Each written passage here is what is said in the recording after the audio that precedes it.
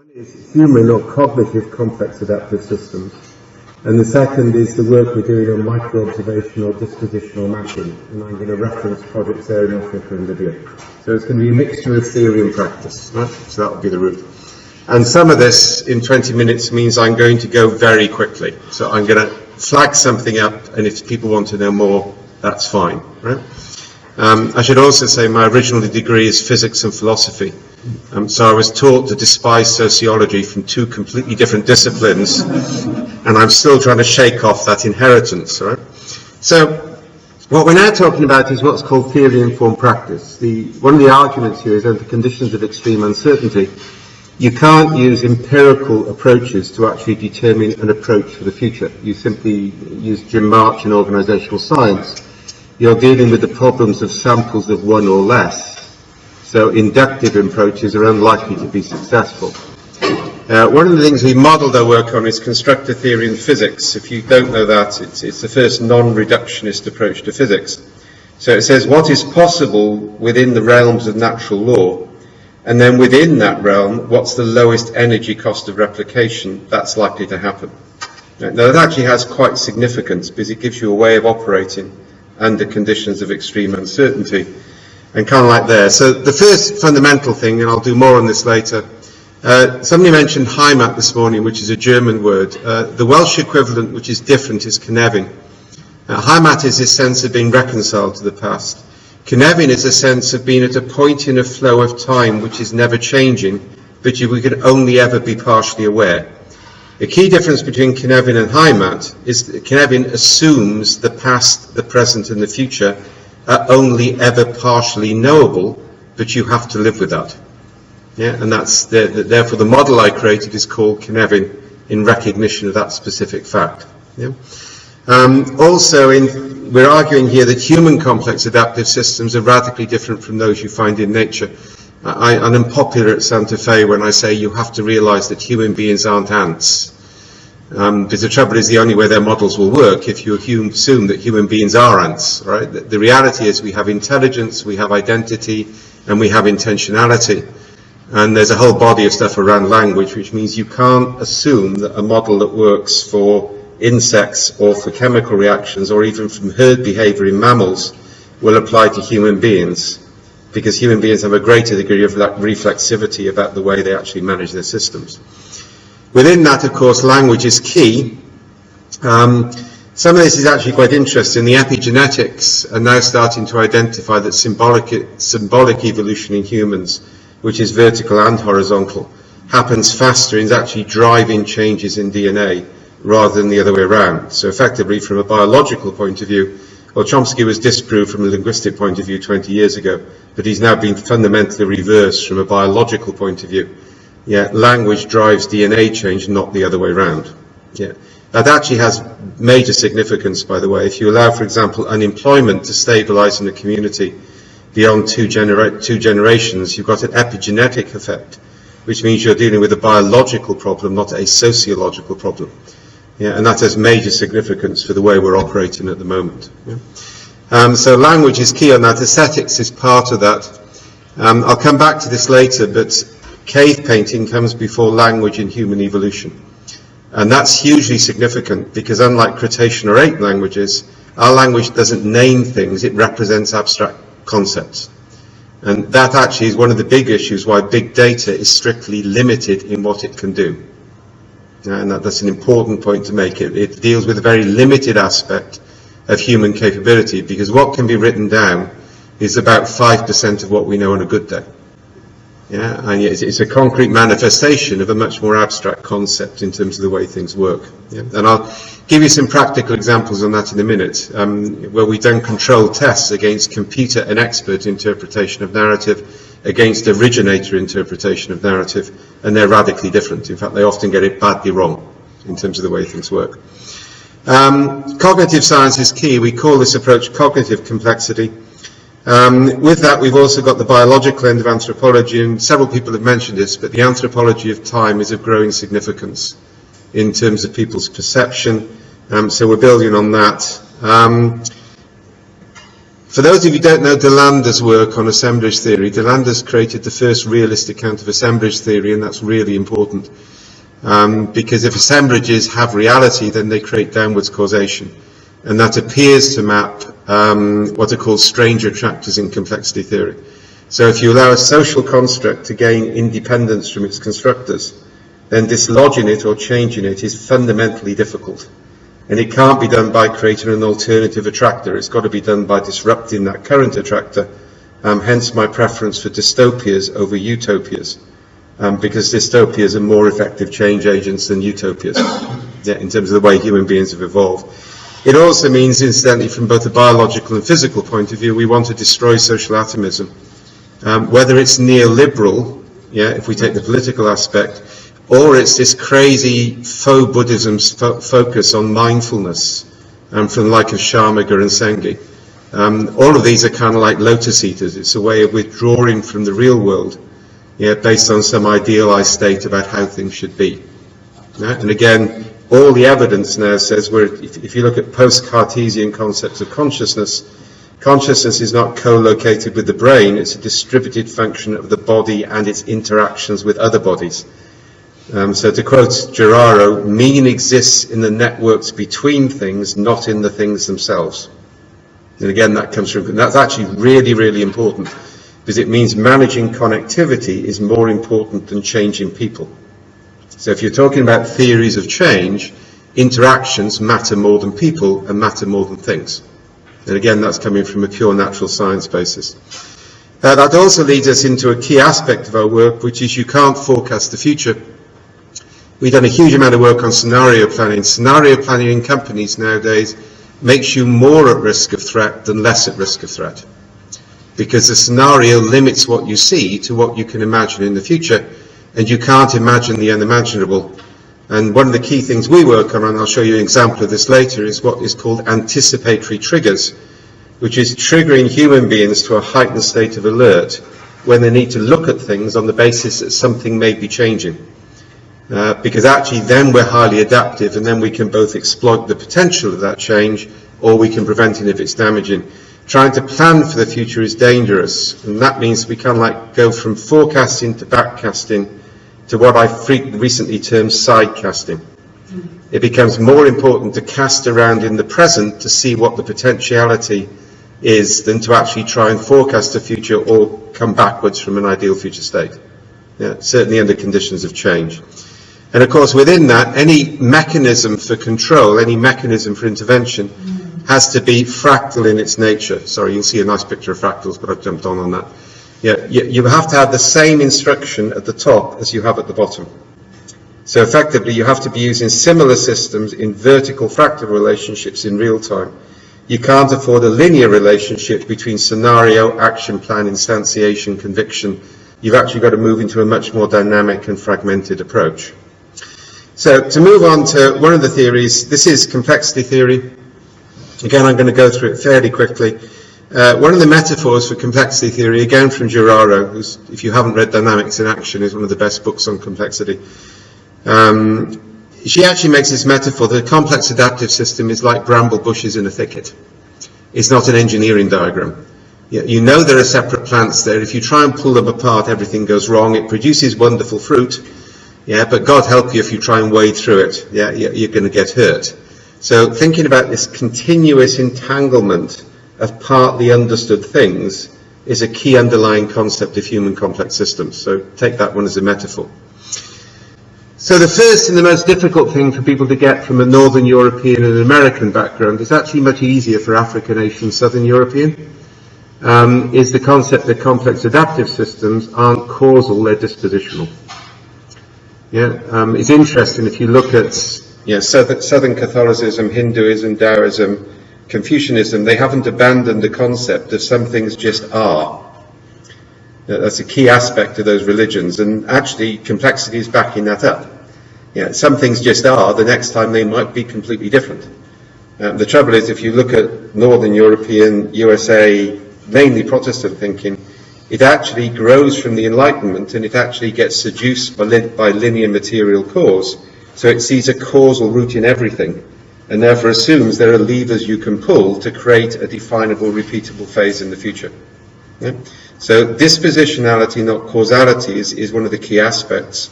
You can measure the dispositions of a system, but you can't say if you do X, it will produce Y effect. Yeah, that's the lack of causality. Neither is it teleological in cause either. The other characteristic of a complex adaptive system is it has enabling but not governing constraints. The best metaphor for this is the difference between an exoskeleton and an endoskeleton. So an exoskeleton on an insect contains everything. Yeah? So actually you have very limited in-species variation. Whereas actually an endoskeleton, an internal skeleton, has coherence but allows a huge amount of variation around it. Yeah? In business, this is a difference between rules and heuristics. Rules are governing constraints, heuristics are enabling constraints, and incidentally form a better way of providing direction, because heuristics adapt to uncertainty, whereas rules or goals don't. Yeah? And we're doing a lot of work at the moment to actually extract heuristics from people's day-to-day stories and amplifying and codifying the beneficial heuristics as against the non-beneficial. And I'll have the argument about how you decide that later if you want. Right? Also key, we need to shift from inductive to abductive research. Most research at the moment is seduced by Newtonian physics, not by modern science. So it assumes there is an inductive causal link that can be discovered. Social science is bedeviled with the confusion of correlation with causation, and management science by definition with that. Right? Abduction, the great contribution of the American pragmatist to logic, is sometimes called the logic of hunches. And a large amount of our work is how do you create an objective way of assessing plausibilities in an uncertain system. And that's abductive research, yeah, which is a new field. Most people are focused on inductive research in various forms. Abduction is starting to grow, but it's there. It also means we need to focus on exaptive innovation. It was a question I wanted to ask this morning of the speaker on design thinking. We know that we can now account for the speed of change in evolution by the fact that the large part of evolution is actually exaptive, not adaptive. So dinosaurs' feathers adapt over time, but then they exapt for flight. It's a repurposing of something by accident, which then creates adaptation. So the human cerebellum evolved to manipulate muscles in fingers, but then it exapted to manage grammar in human language. So the huge sophistication of human language couldn't have evolved in a linear fashion. It requires something to evolve for another purpose and then leap sideways. Right? Microwave ovens, yeah, we've got those because somebody noticed that a chocolate bar melted in their pocket when they were maintaining the magneto of a radar machine. But for everybody who notices that, there are 100 people who just have their trousers cleaned. So again, a large part of our work now is to increase the number of exaptive moments in human systems. Because if we can increase the exaptive rate, we increase the possibility of discovering novel solutions.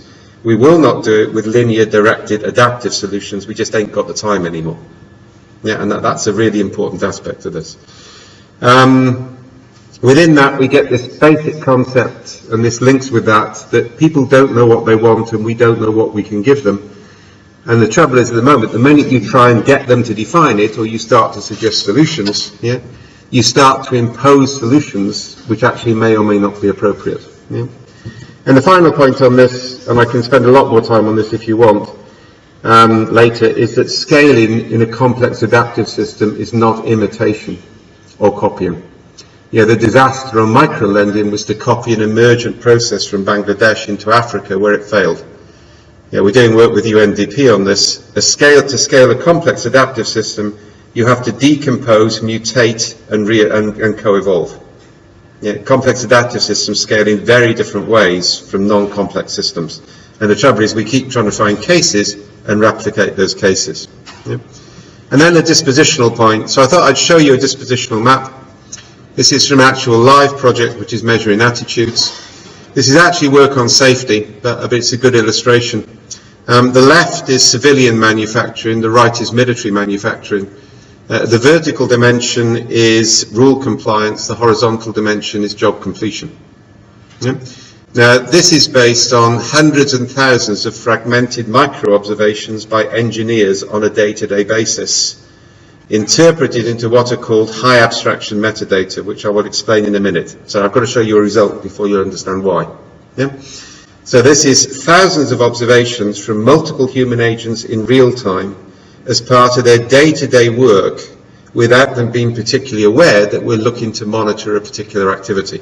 And that indirectness is key to the approach. Now you can see that they've got a massive problem because you either follow the rules or you get the job done. In civilian. In military it's more scary because if you follow the rules and get the job done, that looks attractive. But when we find the source of that, it's nuclear weapons testing. And if you can't get it right there, well, everybody within a 500-mile radius is dead. So, it's a difference. In that case, most people have given up. We're finding similar patterns in hospitals in the UK at the moment. There are so many rules that getting the job done is impossible if you follow the rules. So you either break the rules or you give up. Now, and if you don't know it, all the scientific evidence is that when people work for explicit goals, it destroys intrinsic motivation. There is no evidence to contradict that. I can give you meta-studies on it. Where people work for explicit, measurable goals, it destroys intrinsic motivation. And that has, again, major implications.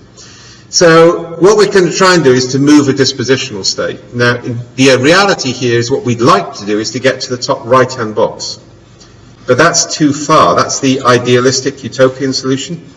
It's too far away from the current dispositional state, so it's too big a journey. So you can see on the right, there's a small intervening cluster. And now we get into a whole new theory of change, because I can click on that cluster and say, what can I do to create more observations like this and fewer observations like that? I don't give people an abstract instruction. The abstract instructions of utopia privilege a middle-class elite, in terms of language and form. What it actually says is, what can we do tomorrow to create more like this and fewer like that?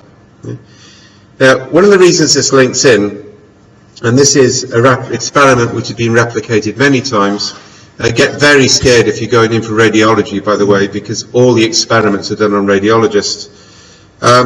Basically, 24 radiologists, this has been repeated many times, were given x-rays. In one of the x-ray, a picture of a gorilla 48 times the size of a cancer nodule was hidden. They were told to look for anomalies, and over 80% didn't see it, even though their eyes scanned it. That undermines any inductive approach to social science research like that. And actually, the more expert you are, the less likely you are to see things. So we actually have to take a very different approach. The reason, by the way, if you don't know, is you scan about 3 or 4% of what's in front of you, and you match it against cognitive patterns, and the most frequently used patterns are activated first. So if you haven't seen something for 20 years, you may not recognize it anyway. Now, this is not something you can say we can train people out of, because the only way you can get people not to do this is to make them fully autistic. Because then they'll scan everything and assess everything rationally, and they won't be able to operate. So in terms of dispositional mapping, and I'm not going to go through the detail, I'll just show you very quickly, because I'm running out of time, some basic propositions. We're looking at micro-narratives, micro-observations. We're also arguing very strongly that power should exist for the person who interprets it. If you look at a lot of longitudinal studies, narrative is gathered in the field, transcribed, then tagged in vivo. What that means is the person doing the tagging is taking upon themselves the interpretation of the narrative. Now, when we've done comparisons between people indexing their own stories and people having their stories indexed by experts, the dispositional maps, say, of girls who have been subject to sexual abuse in Africa or Roma in Eastern Europe, has shown multiple potential dispositional states which could result in interventions. The expert tagging always shows one dispositional state, which tends to be interpretive rather than descriptive. We found when people interpret their own stories, they describe. When experts look at stories, they evaluate. And description opens up more possibilities in evaluation, and that applies to researchers. So the approach we adopt is very simple. We get people to place their story into a series of triangles. The triangles have all positive or all negative labels, and the labels come from theory in the field. Now, the point about all positive or negative is it forces a cognitive activation of the novelty receptive part of the brain, because you don't know what the right answer is, so you have to think more deeply. So this is gathering narratives about decisions made in organizations. And then people place the story onto a scale, effectively between intuitive, analytical, based on principles. You can now start to see a pattern. It shows this organisation is good at analytical, but very poor elsewhere. And just to kind of like show you on that. So this is from a capture in Libya. Here we use children as ethnographers to gather stories from adults on the streets, working through multiple schools, interpreting their stories onto a set derived from cultural anthropology. Here you can see the pattern. This is actually 3 negatives. So I actually don't want the extremes. I want something more in the centre. So I can now go to people and say, okay, what can we do to create more stories like those and fewer stories like those? Now you see the principle of dispositional state change. You don't go and analyse it, come up with a conclusion and tell people. You have continuous real-time capture and continuous engagement of the people themselves in achieving change. So to finish it off, yeah.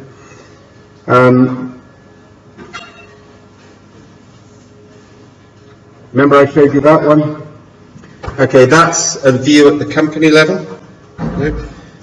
Each factory in the company has their own model from the same principle, that's the fractality. Which means interventions by community are now appropriate to the current state of that community, rather than the average state of an aggregated community at which the aid sector can actually work. So, this is what we are as a group. That's the new Pontio Centre in the University of Wales in Bangor. We're there with the Welsh Centre for Behavioural Change and the Welsh Centre for Design. Quasi-independent. Programs we're doing, I just put them up. Yeah?